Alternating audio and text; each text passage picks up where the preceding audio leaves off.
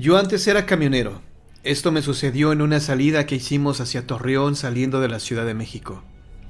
Llegando por San Luis Potosí me paré a tomarme un café y se me acercó un hombre y me pidió un aventón. Le pregunté que para dónde iba y él me dijo que iba adelante, que se había quedado sin combustible. Le dije que se subiera, pues yo viajo solo. Se subió y para allá íbamos. Entonces, cuando él se subió, empecé a sentir un escalofrío, pero bueno. El hombre no hablaba, estaba callado. Él sacó una fotografía de su chamarra y le dio un beso. Yo le pregunté que si era un familiar o un ser querido. Él me dijo que era su familia, que los quería mucho. Yo le pregunté que de dónde era, y él me dijo que era de Matamoros, y que vivía en la colonia Bellavista.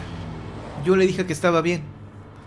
Él me preguntó que de dónde venía yo, y le dije que de la Ciudad de México. Le dije, vamos a oír música, para que no nos agarre el sueño, porque yo ya tenía mucho sueño. Prendí la radio y no se escuchaba. Estaba muerta. Le dije al señor, atrás de usted está el botón de la luz, préndalo para ver que tiene radio. Y el señor me contestó que no prendía. Este señor para nada me daba la cara. Traía una gorra y solo se le veía de la nariz para abajo. Entonces le dije, mientras no se pare el camión todo está bien. Después él me preguntó, ¿tienes sueño? Y le contesté, algo. Me dijo, allá donde tengo mi camión hay un restaurante. Ahí se toma un café. Después comenzamos a platicar del trabajo. Le dije que el trabajo era muy duro. A lo que me contestó que sí. Que lo bueno es que a mí me faltaban muchos kilómetros por recorrer. Que a él ya se le había acabado la carretera. Yo me sorprendí con lo que escuché, pues no entendí a qué se refería. Avanzamos más y él me dijo, mire, ahí está mi camión. Cuando me acerqué vi que a un lado de su camión había un restaurante que yo nunca había visto. Y yo pasé por 4 años por esa carretera. Nos paramos y nos bajamos. También lo que me llamó la atención es que su camión era viejísimo, como de los años 70. Le dije, oiga, su camión ya es una reliquia. Y él se empezó a reír y me dijo, es bueno el carrito, vamos a tomarnos un café. Entramos al restaurante y volví a sentir un escalofrío de esos buenos. Miré a la gente que estaba en el lugar y los vi muy raros, como muy chupados de la cara, como que era más hueso que carne. Me tomé mi café y le dije, bueno, ahí nos vemos, que le vaya bien. Pero comencé a sentirme muy cansado. Me entró un sueño muy fuerte. Él me dijo, si quiere acuéstese, aquí hay camas. Le dije, no, tengo que llegar. Y él insistió, acuéstese. Me acuerdo que vi unos catres y me acosté. Ya para amanecer, fui despertado por un compañero de la misma línea en donde yo trabajaba que él. Al ver el camión parado en la carretera, se paró y me anduvo buscando. Me buscó en el camión, pensando que estaba dormido y no me encontró. Pensó que había bajado al baño y me esperó media hora y tampoco. Entonces bajó por una vereda que ahí había y me encontró acostado en el pasto. Él me agarró y me movió para despertarme. Me preguntó que qué había pasado. Desorientado volteé y no vi el restaurante y tampoco el camión. Entonces le platiqué lo que me había pasado. Le digo, ¿qué crees que me pasó? Le platiqué todo y él me dijo que me creía porque eso mismo que le estaba platicando le había pasado a su papá. Le dije, pues esta persona viajó conmigo y me trajo a un restaurante y no hay ninguno aquí. Me dormí en un catre y ni el catre está. Entonces él me dijo que me fijara bien abajo y que viera unos cimientos que eran los restos de un restaurante, el cual existió hace más de 40 años, que el chofer que traía se quedó sin frenos y se impactó con este restaurante, destruyéndolo y matando a mucha gente.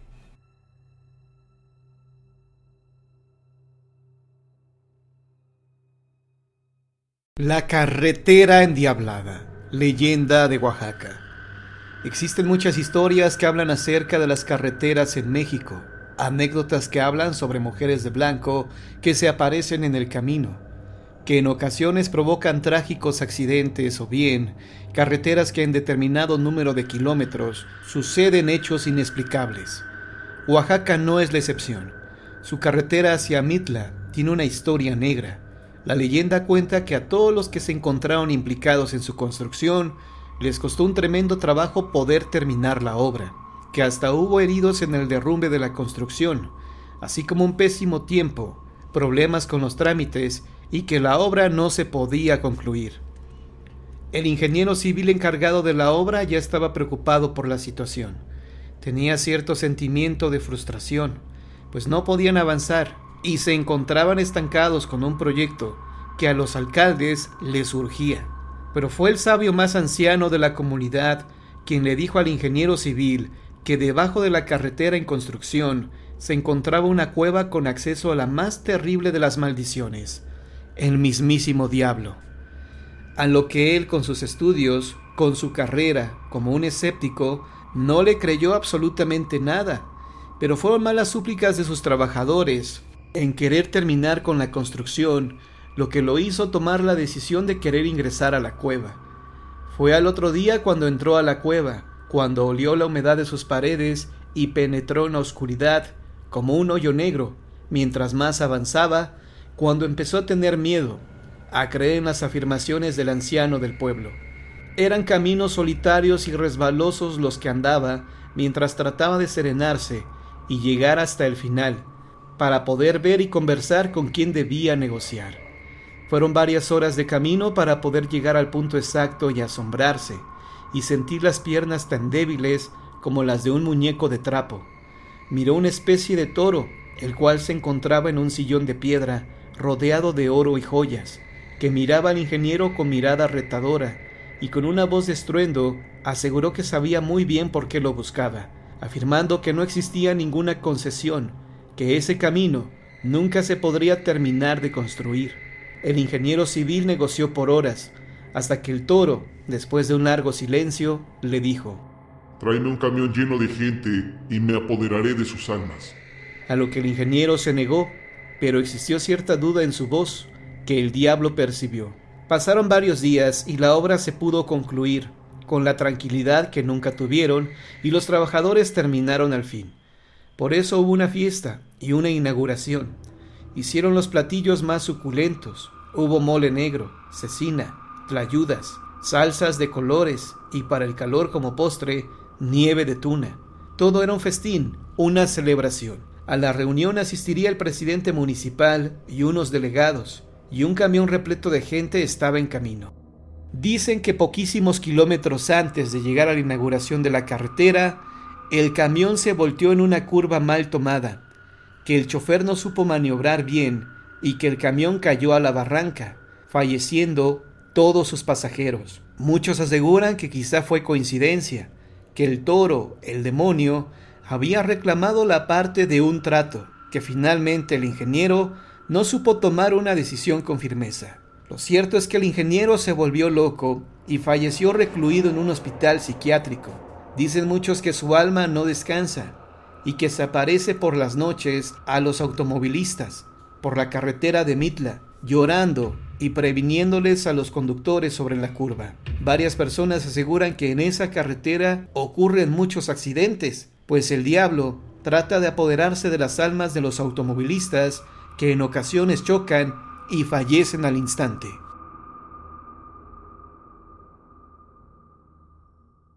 Espantan en el puente de Santa Ana, en Guanajuato. Todos los automovilistas, cada quien de diferente manera, cuentan que al pasar por el puente Santa Ana a las 12 de la noche, han visto un abominable espectro. Por cierto, que el puente de Santa Ana se encuentra a unos 20 kilómetros de esta población, sobre la carretera que va a Silao y atraviesa el arroyo del mismo nombre para dar paso a los vehículos y a los peatones. Hecha esta pequeña aclaración, vamos al asunto. Los viajantes al cruzar el puente a la hora que hemos mencionado, les sorprende una luz potentísima, a corta distancia, tanto así que les obliga a reducir la velocidad hasta casi detenerse y salirse de la carretera, pues en lo primero que se piensa es en la presencia de un camión o un autobús que no quiere hacer el cambio de luces. Pero al percatarse de que es solo un faro y no dos, y de que la luz no avanza, la sorpresa aumenta hasta llegar al asombro, pues de súbito aquel faro enorme que deslumbra por instantes desaparece sin dejar huella. Los viajeros no aciertan a comprender tal fenómeno, ni nada que revele la presencia de objeto alguno. ¿Qué significa entonces esa luz, a esa hora y de tan extrañas proporciones?